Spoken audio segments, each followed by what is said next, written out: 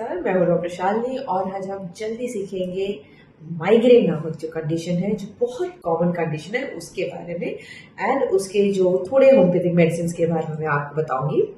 जो माइग्रेन जो चीज़ होती है, माइग्रेन नामक जो हेडेक होता है, जैसे सर दर्द को होता है, पर जो माइग्रेन हेडेक होता है वो उससे यूजली हम एक तरफा हेडेक सर दर्द होता है, जो बहुत बहुत बहुत ही डिफरेंट होता है साधारण जो सर दर्द हो रहा है। ये सिर्फ एक तरफा नहीं, दोनों तरफा भी हो सकता है। एंड उसके जो कैरेक्टरिस्टिक्स डिफरेंस होते हैं ना, जो साधारण जो हेडेक होता है उससे डिफ्रेंशिएट करने वाली चीजें ये है कि जो माइग्रेन जब हेडेक आता है तो हमें आंखों के सामने किसी किसी लोगों को बिजली चमक रही है या फिर धब्बे दिख रहे हैं, हाथ पाँव में सूजन सी फीलिंग होती है या फिर कभी कभी लगता है कि ना कुछ चुभ रहा है हाथ पाँव में। उससे ज्यादा सबसे ज्यादा इम्पोर्टेंट चीज ये है कि उनको कुछ चीजें ट्रिगर करती है, कुछ जैसे कोई कोई सुगंध या फिर कोई आवाज, ये सब चीजें उनको ट्रिगरिंग फैक्टर होता है एंड वो सह नहीं कर पाते। ये दो टाइप हम बता सकते हैं। एक विद ऑरा कहते हैं, एक विदाउट ऑरा, यानी आने से पहले उनको एक फीलिंग होती है कि हाँ मुझे माइग्रेन आने वाला है, कुछ कुछ ऐसे उन्हीं को फीलिंग होता है उनके बॉडीली चेंजेस में।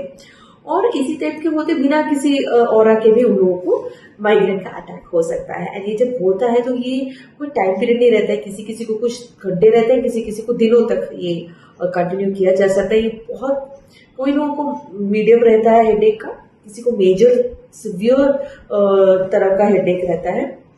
और जैसे इन्हें का ट्रिगरिंग फैक्टर होता है, कभी कभी स्मेल से होता है, आवाज से होता है, कभी कभी खाने की जगह के कारण, खाने के कुछ अनबन के कारण हो जाता है, कभी कभी मेंटल स्ट्रेन के कारण हो जाता है। एंड किसी किसी को जब ये माइग्रेन होता है तो वॉमिटिंग टेंडेंसी होती है कि ऐसा लगता है कि मुझे वॉमिट करना है, मैं वॉमिट करूंगी या करूंगा तो फील बेटर, ऐसा टाइप का भी टेंडेंसी होता है। सो ये है बेसिकली जो माइग्रेन किया जाता है। उसकी ट्रीटमेंट के लिए घरेलू भी ट्रीटमेंट होते हैं। तो प्राइमरली जो रिसर्च बताता है कि हमारे फूड में, खाने में जब मैग्नीशियम नामक की जो पदार्थ होती है वो जब कम हो जाता है तब माइग्रेन को ट्रिगरिंग करता है। सो ऐसे बहुत सारे खाने जो है कॉफी कैफीन से उसको ट्रिगर करता है, उसको ज्यादा प्रॉब्लमेटिक करता है, तो इस दौरान को उसको अवॉइड करना है। तभी होम्योपैथी मेडिसिन देखिए कौन कौन से मेडिसिन यूज किए जा सकते हैं।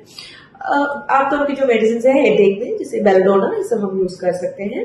इसकी सिवाय जो इम्पोर्टेंट मेडिसिन है वो है आइरिस versicolor, जो नर्वस टाइप ऑफ हेडेक होता है, जो मेंटल एक्सर्शन के बाद जब हम रिलैक्स करते हैं ना, जैसे हमारे स्कूल टीचर्स होते हैं सपोज फॉर एग्जाम्पल, वो बहुत पूरे हफ्ते काम कर रहे थे, सैटरडे या फिर संडे उनको लीव होते रिलैक्स कर, तब उनका हेडेक स्टार्ट होता है जब वो रिलैक्स करते हैं।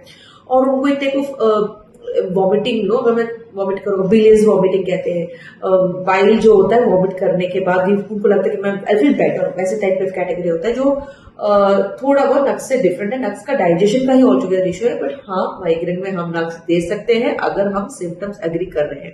बात यहाँ पे आइरिस versicolor की हो रही है। सो आइरिस versicolor अगर हमें इफेक्ट नहीं दे रहा है तो हम साइक्लेमेन के बारे में सोच सकते हैं। साइक्लेमेन इज ऑल्सो रेमेडी जो आइरिस versicolor से बहुत मेल मिलाप करती है, उसमें भी नर्वस हेडेक होता है। सो उसको भी अगर जब आइरिस versicolor फेल हो रहा है, वी कैन गिव साइक्लेमेन। तीसरा रेमेडी है स्कैटलेरिया नामक मेडिसिन है। स्कैटलेरिया जो मेडिसिन है वो नर्वस हेडेक टाइप ऑफ होता है, वहां पे फ्रीक्वेंट स्कैंटी यूरिनेशन का एक टेंडेंसी होता है पेशेंट को। मदर टिंचर के डोसेज में देना ज्यादा लाभदायक होता है। उसी टाइम मदर टिंचर के टाइम पे देना लाभदायक है दामियाना नामक एक मेडिसिन, जो हालांकि टोबैको रिलेटेड, टोबैको एडिक्शन के, डी एडिक्शन के रिलेटेड में दिया जाता है, बट हाँ यहाँ पे भी नर्वस एडिक्शन, जो नर्वस माइग्रेन होता है, क्योंकि माइग्रेन का जो बेस होता है वो स्ट्रेस बताया जाता है, तो उसमें भी हम दामियाना नामक मेडिसिन दे सकते हैं। इग्नीशिया भी बहुत ही इफेक्टिव मेडिसिन रहता है। सो उम्मीद करते हैं scutellaria, iris versicolor, belladonna, nux vomica, cyclamen and damiana के साथ साथ एक और इम्पोर्टेंट मेडिसिन है कॉफिया। कॉफिया क्यों? क्योंकि जब हम mental sleep exertion, over excitement के बाद भी अच्छी तरह स्लीप नहीं कर पा रहे हैं, कॉफी का जो हाइपर एक्टिविटी होता है वो सब के साथ, वो ओवर स्टिमुलेशन के साथ जब वो हेडेक होता है तो हम कॉफी के बारे में भी सोच सकते हैं। सो उम्मीद करते हो एक छोटा सा session about migraine and homeopathic medicine आपको बेनिफिशियल रहा रहेगा। सो लेट्स अगले ऐसी छोटी छोटी चीजों के साथ फिर से मिलते हैं। अब तक के लिए धन्यवाद।